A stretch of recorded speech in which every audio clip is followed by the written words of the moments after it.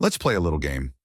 Imagine being born into a world where there's no electricity, no running water, no antibiotics, no Google, no coffee, no soap, no clue what the stars are, and absolutely nothing between you and the next guy who wants to kill you, except maybe a stick. Now take away the stick, take away your home, take away your food, and take away the concept of hope while you're at it. Welcome to existence, where your daily to-do list is don't starve, don't get raided, don't die of diarrhea. Repeat. In this video, we're diving into the worst time in history to be human when everything we call civilization collapsed, and people like you and me were left to claw through the ashes. The Late Bronze Age.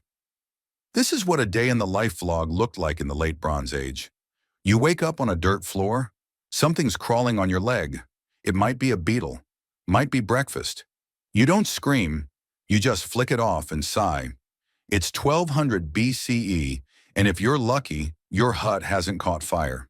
Yet, civilization is absolutely thriving in its own filthy, goat-scented way. Cities are booming, trade is global, and kingdoms are flexing harder than gym bros on pre-workout. Pharaohs are marrying foreign princesses for shipping discounts. Traders are hauling tin from Afghanistan like ancient Amazon Prime. And somewhere, a guy with too much eyeliner is carving diplomatic insults into clay tablets with passive-aggressive flair. It's not exactly paradise, but it works. There's bureaucracy, religion, plumbing, taxes, because of course, and the occasional royal meltdown over whose god is taller. The world is a giant, interconnected mess of ships, scrolls, and sweaty deals under the hot Mediterranean sun. And then, the sky just gives up. Rain, gone, crops, crispy, livestock, dead or looking nervous. The land starts coughing dust, and suddenly, civilization is one bad harvest away from total faceplant. People panic. They pray, sacrifice, consult the stars. One guy probably marries a tree. Nothing works. Then the sea people show up, basically the final boss of ancient chaos. Nobody knows who they are or where they came from, but they arrive on boats with a burning passion for destruction and zero chill. They hit like a drunken apocalypse, pillaging, torching, and erasing cities like someone spilled wine on the map. Empires disappear in a long weekend. Egypt barely survives by punching back hard and pretending it didn't cry afterward. Trade collapses. Writing systems vanish. Entire languages go extinct. No one at the time even knows it's happening. Just silence, smoke, and your neighbors eating grass. This is a memory wipe, a hard reboot. The Wi-Fi is out for centuries. The Bronze Age didn't end with a bang. It collapsed into dirt, ashes, and a 3-century-long buffering screen. Plague Party, Europe, 1347. Welcome to Europe in the 14th century, where the air is thick with smoke, superstition, and a whole lot of unwashed bodies. There are no antibiotics, no ambulances, no germ theory, just prayers, leeches, and the occasional guy walking around with a bird mask full of herbs because someone told him bad smells cause disease. Medical advice right now is basically witchcraft plus vibes. You've probably heard of this moment in history. Historians call it the Black Death. The year is 1347. Europe gets a surprise delivery from Central Asia, courtesy of some highly motivated fleas, and everything goes straight to hell. The Black Death doesn't knock. It kicks in the door, boils your lymph nodes, and turns entire towns into mass graves in less than a week. No one understands germ theory. The leading medical advice includes rub a chopped onion on it and sit in a sewer until your soul realigns. Priests are doing mass burials with a side of panic. Doctors are wearing bird masks stuffed with herbs like that's going to stop anything. People blame Jews, sin, bad air, and the planets in that order. Everyone's wrong and everyone's dying anyway. Symptoms? Imagine your body turning into a leaking meat sack.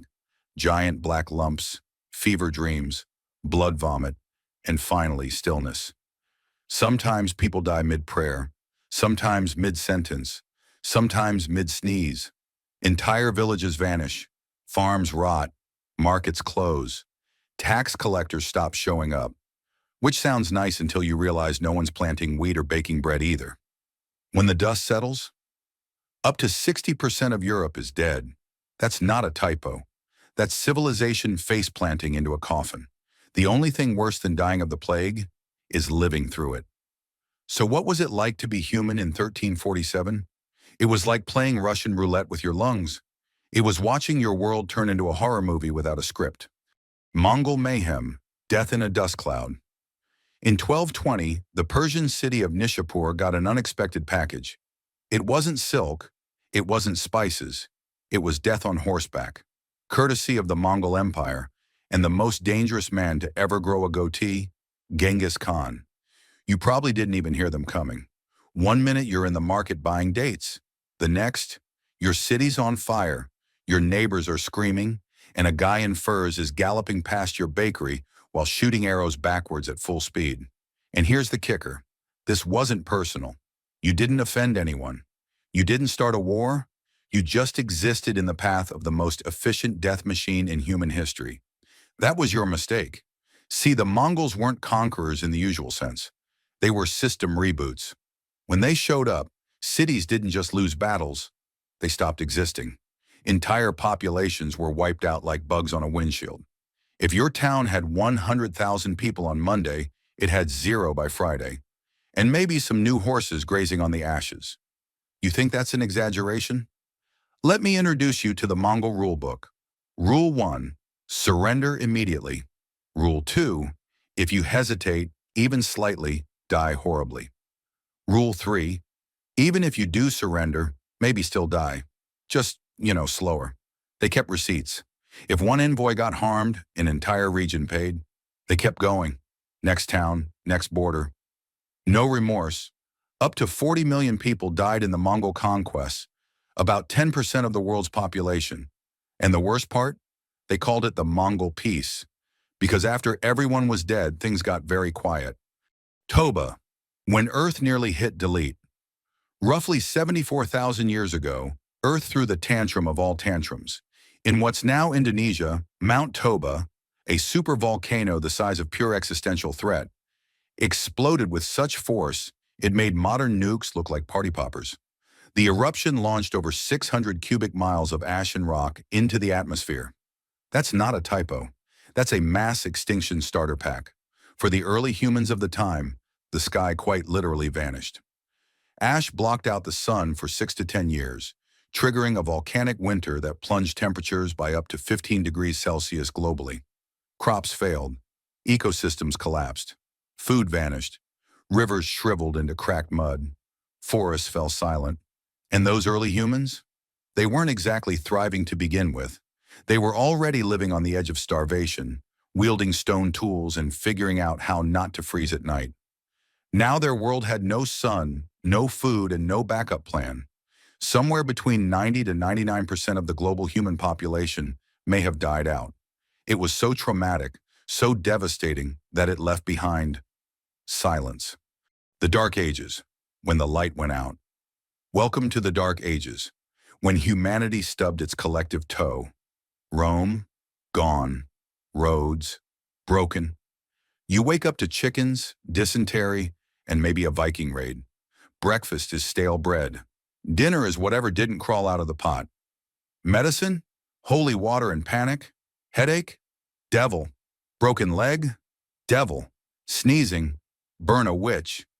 Your priest can't read, your Lord collects goats, and your worldview is, God's angry and someone stole my shoes. Education? Nope. Hygiene? Illegal, apparently. Art and science? On vacation. Libraries burned, scholars scattered, knowledge mugged in a ditch. This isn't a Netflix drama. This is life. And you don't even know there was a better time. Roman aqueducts, Greek medicine, gone. You're living in a blackout. They thought bathing caused disease and that the earth was the center of the universe because it looked round enough. The fact that you're sitting here watching this video, eating chips with your name on them, is a miracle. You didn't just beat medieval plagues, you beat near extinction. But if you'd been born back then, your odds weren't just low, they were prehistoric lottery ticket low. You'd starve, fight, forget, disappear. But you didn't. So hit subscribe before the next collapse shows up. And remember, you're not lucky. You're barely evolved.